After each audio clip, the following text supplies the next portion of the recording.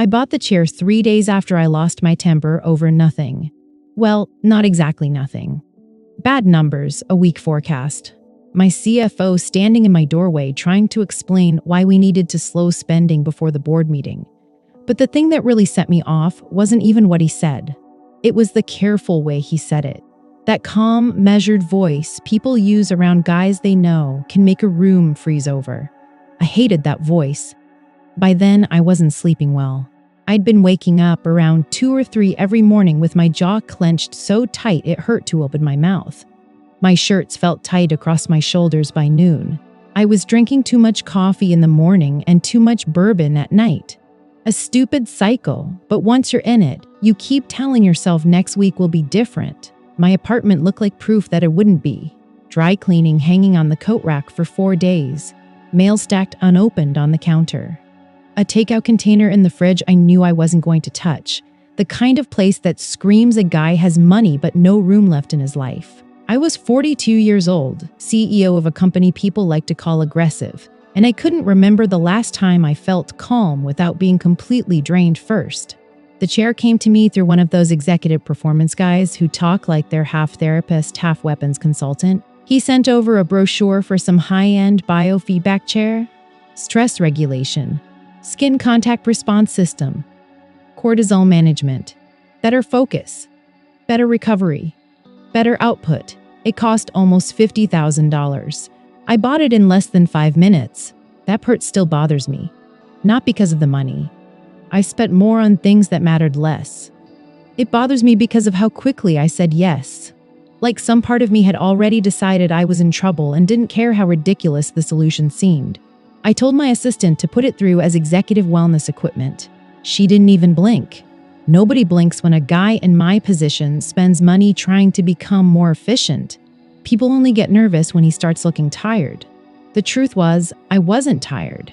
I was frayed. There's a difference. Tired men sleep. Frayed men keep going until something small feels personal. The chair showed up on a Thursday afternoon while it was raining hard enough to turn the city outside my office into one gray smear. 2 delivery guys rolled it in, set it down behind my desk, had me sign, and left.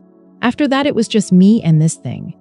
Black leather, brushed metal, clean lines, sleek and not expensive, clinical way that's supposed to make rich men feel safe.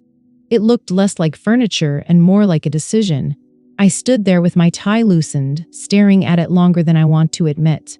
Then I got up, walked to my office door, and locked it.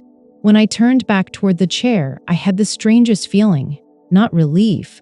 More like the sense that I was about to start something I wouldn't know how to stop. When I first sat in the chair, I was expecting some kind of gimmick, a vibrating feature, maybe a cooling thing, or even some ridiculously priced app that would tell me to breathe like a guru. But it was just quiet. The leather felt warmer than it should have. Not actually hot, but like it had already adjusted to me, like it had been waiting. I remember sinking into it slowly, still half annoyed at myself for buying it, half past the point of caring. The only light in my office came from the lamp by the credenza and the dull gray outside the windows. Rain was still coming down hard. The whole city looked exhausted. I just sat there for maybe 10 minutes. No big revelation, no music, no screen flashing some bogus wellness score. Just the sounds I always heard. The vent humming, traffic way down below, my own breathing finally evening out. That's the first thing I realized. My shoulders dropped. I didn't tell them to. They just did, like my body had been tense for a month straight and someone had finally told it to stand down. I leaned back and closed my eyes, and for the first time in weeks, I didn't feel like I was grinding my teeth down to nothing. That should have been enough, but it kind of freaked me out. It wasn't just calm, it was soft. I hate saying it even now.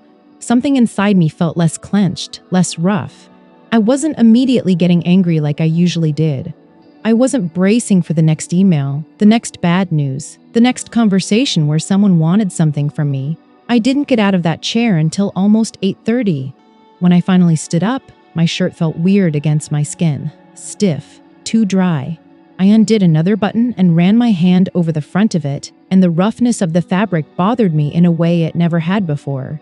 It was just a white dress shirt, one of many. But suddenly I couldn't stop noticing the seams, the tag, the way the collar rubbed my neck. I told myself I was just tired. I skipped the bourbon that night. That alone should have been a red flag. I took a shower, stood there longer than usual, and let the hot water pound my neck until the mirror was covered in steam. When I got out, I caught my reflection while I was drying off. I looked different. Not in a way anyone else would have noticed. Not yet. But my face wasn't as harsh, not as worn out. My beard shadow wasn't as dark as it usually was that late, and I had to lean in to make sure the bathroom light wasn't playing tricks on me. I stood there with water still cooling on my skin, staring at my own mouth, my jaw, my throat. Then I touched my cheek again. I should have felt stubble. But I didn't. At least, not much. I shaved the next morning, even though I barely needed to. That's how much it was already getting to me. Usually, if I had an early meeting, I shaved because it was part of the uniform. Clean face, pressed shirt, expensive watch. Look people in the eye before they look away first. But that Friday morning, standing in the bathroom with the sink light too bright and the apartment still cold from the night, I was shaving because I wanted to check something. I ran the razor over my jaw once, then stopped and touched my skin with my fingertips. Smooth. Too smooth. Not perfect, not unreal, nothing dramatic like that. Just wrong enough to stay in my head. My beard had always come in fast. By morning, there was always enough there to feel. Enough to remind me what I looked like by the end of the day. But now my face felt softer, almost delicate in spots, and I hated how long I stood there noticing it. I was late getting dressed because suddenly my closet annoyed me. Row after row of shirts in white and blue. Dark suits, gray suits, shoes lined up beneath them like disciplined little soldiers. It had always made me feel organized. That morning, it just looked joyless, heavy, like everything in there had been chosen by a man trying to prove something he couldn't even name anymore. I picked a pale blue shirt, put it on, and immediately felt the collar scratching at my neck. All day, little things kept happening. The cuff of my jacket felt too rough against my wrist. My wool slacks itched behind my knees every time I sat down. I caught myself rubbing my thumb over the inside of my forearm during a finance call because the skin there felt different too, finer somehow, more aware. Sensitive wasn't the word. Alive, maybe. That sounds dramatic, but it's true. I could feel everything touching me. By lunch, I was distracted enough to leave the office and walk 3 blocks without really deciding where I was going. There was a department store near the corner where I usually bought ties when I needed one in a hurry. I went in because it was there, because the air conditioning hit my face, because I wanted 10 quiet minutes where nobody needed a number from me. I should have stayed on the men's floor.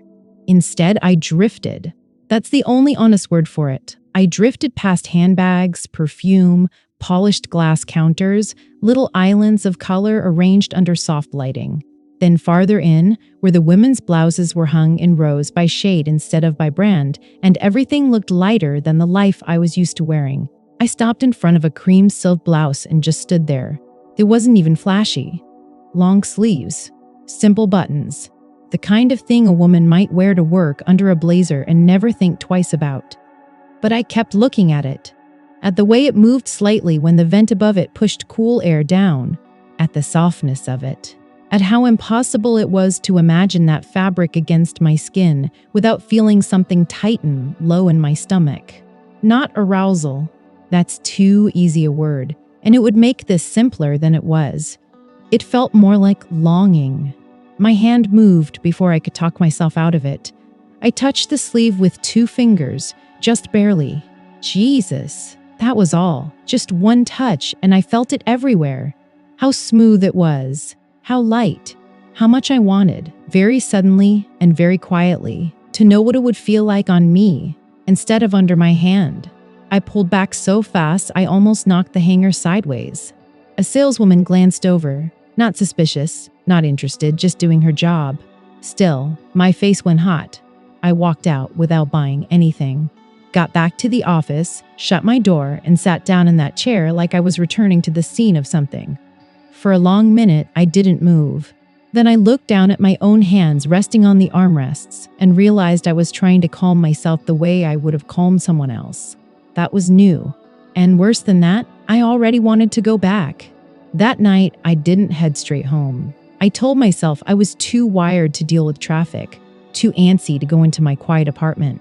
That was partly true. The other reason was harder to admit. I couldn't stop thinking about that blouse. Not how it looked, but how it felt. That little jolt in my fingers, like my body recognized something before my brain could catch up. So instead of turning towards the garage, I walked.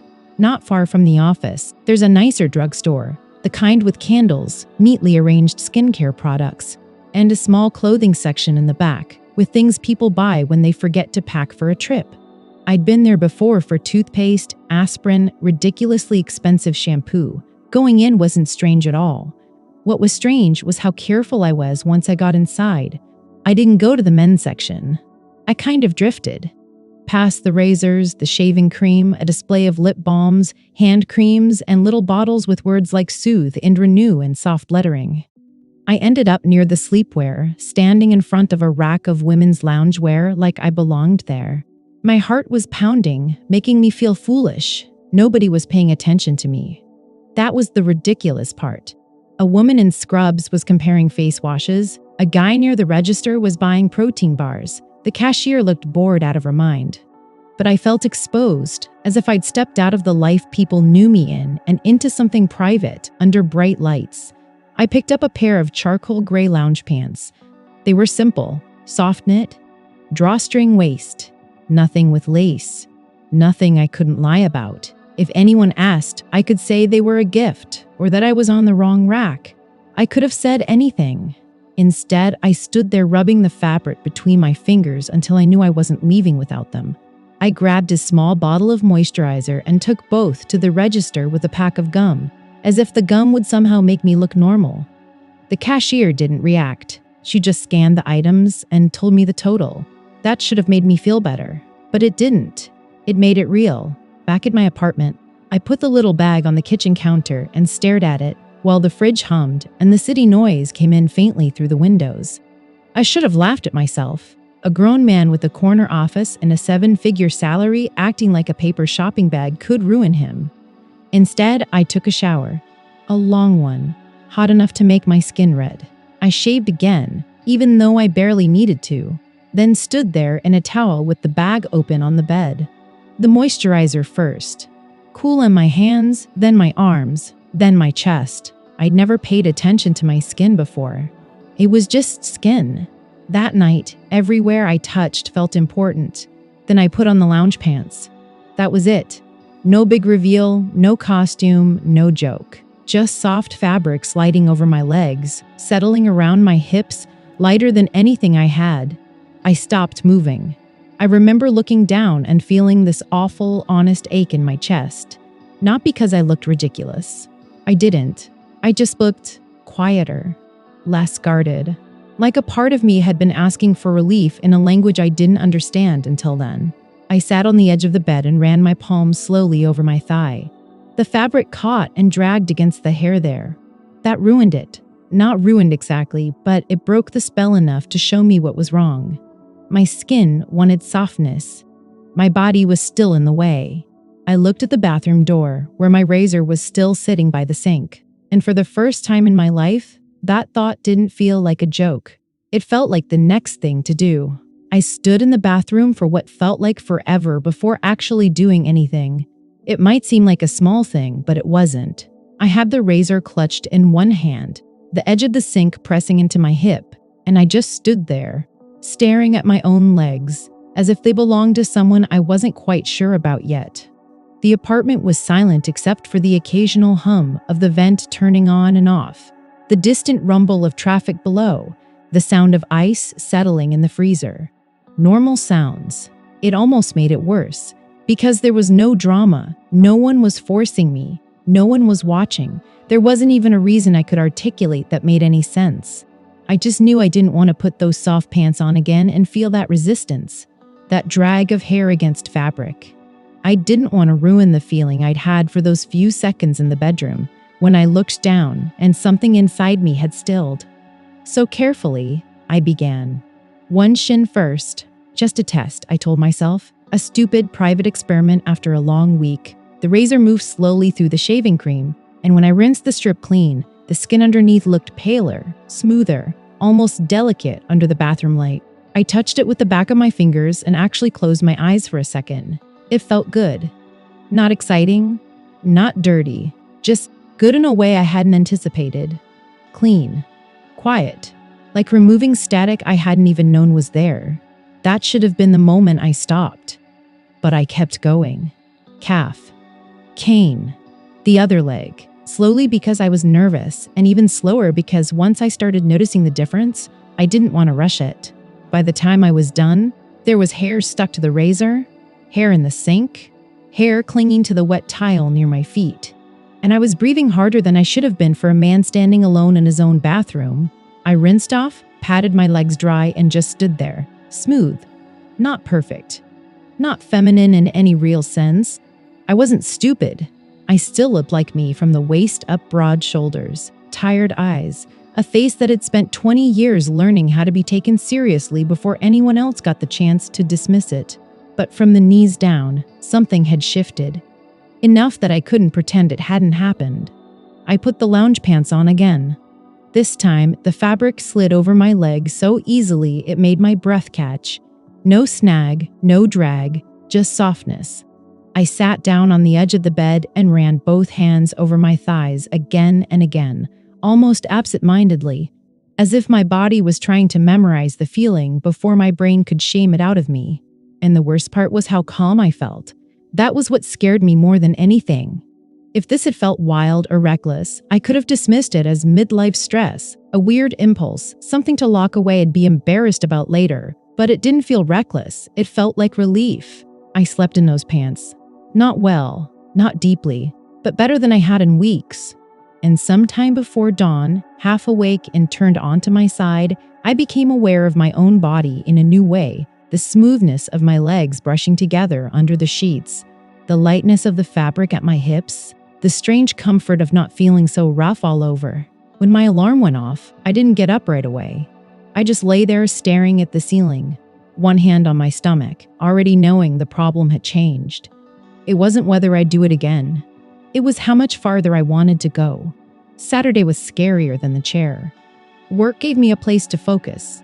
Emails, calls, numbers, decisions. Even when I felt like I was falling apart, I still knew how to play the part of Ethan Vale. But Saturday morning was quiet. No meetings, no assistant screening calls. No reason to put on a suit and pretend I wasn't thinking about my own legs under the sheets. I made coffee and didn't touch it. I walked around the apartment in lounge pants and a t-shirt, feeling the soft fabric every time I moved. That alone kept pulling my attention downward, back into my body, back into the thing I was trying not to name too fast. By 10 o'clock, I'd changed shirts twice because both felt too rough against my skin. That was new. Not just noticing texture, but resenting it. I ended up in the bathroom, standing under the bright vanity lights, studying myself with the focus I usually reserved for contracts. Bare feet on cold tile. T-shirt lifted in one hand, the other resting on my stomach. There was hair there too, across my thighs, higher up. A little on my chest, on my forearms. It had never bothered me before. It was just part of the body I'd been given. But now all I could see was interruption, static. Something between me and that clean, quiet feeling from the night before. I didn't do everything at once. I shaved my thighs first. Slow, careful, almost clinical. Then a little higher. Then my forearms, which felt stranger than my legs had. More intimate somehow. More visible. When I rinsed and dried my arms, I couldn't stop touching them. They looked leaner, smoother, less blunt. I should probably be ashamed to describe it this way, but I felt proud. Not in some big way, just privately, stupidly pleased.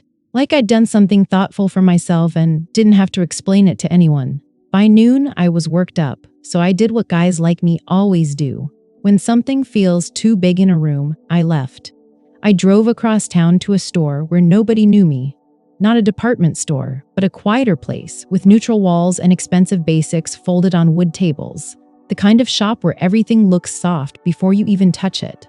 I told myself I was there for better t-shirts, better loungewear, better fabric, that was all. A grown man refining his off-duty life. Then I saw it. A pale, long-sleeved knit top in the women's section. Not flashy. No lace. Just a simple drape cut a little narrower through the waist than anything I owned. I stood there looking at it too long, like with the silk blouse, except this time, I didn't walk away. I took a medium off the rack and carried it to the register folded over my arm with 2 men's shirts on top. The cashier rang everything up without a flicker. Back in the car, the bag sat in the passenger seat all the way home. I kept glancing at it at red lights like it was alive. Upstairs, I locked the apartment door and set the bag on the bed. For a minute, I just stood there looking at it, heart beating faster than it should have. Then I reached for the tissue paper. By the time the board meeting rolled around, I'd built in extra time just to get dressed. Not because I'd suddenly become some kind of drama queen. Nothing like that.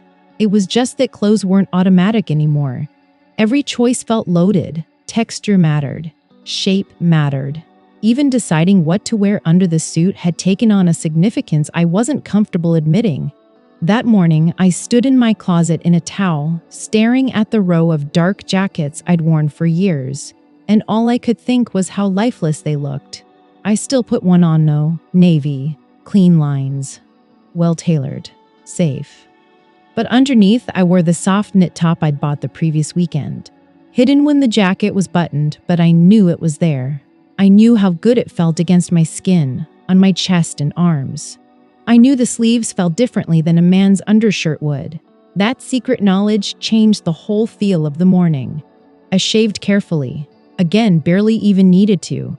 My face still surprised me some mornings. Not transformed, not unrecognizable, just less harsh. My beard grew slower now, patchier. My skin stayed moisturized instead of constantly fighting it. Even my mouth looked different in the mirror, softer, more relaxed.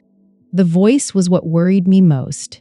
It hadn't changed drastically, but it had lifted just enough that I noticed it every time I answered the phone.